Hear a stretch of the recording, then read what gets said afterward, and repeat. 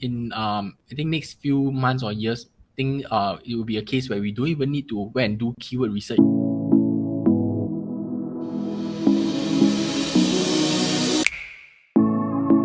In I think next few months or years, I think it will be a case where we don't even need to go and do keyword research. Or actually, keyword research is a very time-consuming process. Yeah, so I think like next year June, upcoming June, right, you won't be able to in a way craft your ad copies like what we did in the past. So it will be moving towards responsive search ads. It's just like Facebook dynamic ads. So Yep. you put in multiple elements, they will just jumble up and mix and match for you. So responsive search ads is the next thing to go. So that's why now we are transiting clients to responsive search ads as well. So in future, maybe keywords you also cannot have a say. Yeah, it will be up to Google.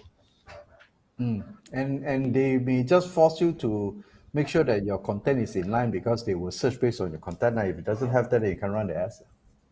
Correct. So in a way, that is where you run the dynamic search ads. Then of course Yes. the next thing will be is in the other one where you still have more control.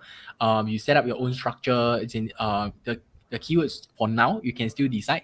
But then the ad copies you can in a way still retain the is in what you have, like fixing the different headlines in different position by in responsive search ads now. But what Google want you to do is don't limit them too much, right? Let them do the magic. So that is the push I'm seeing now.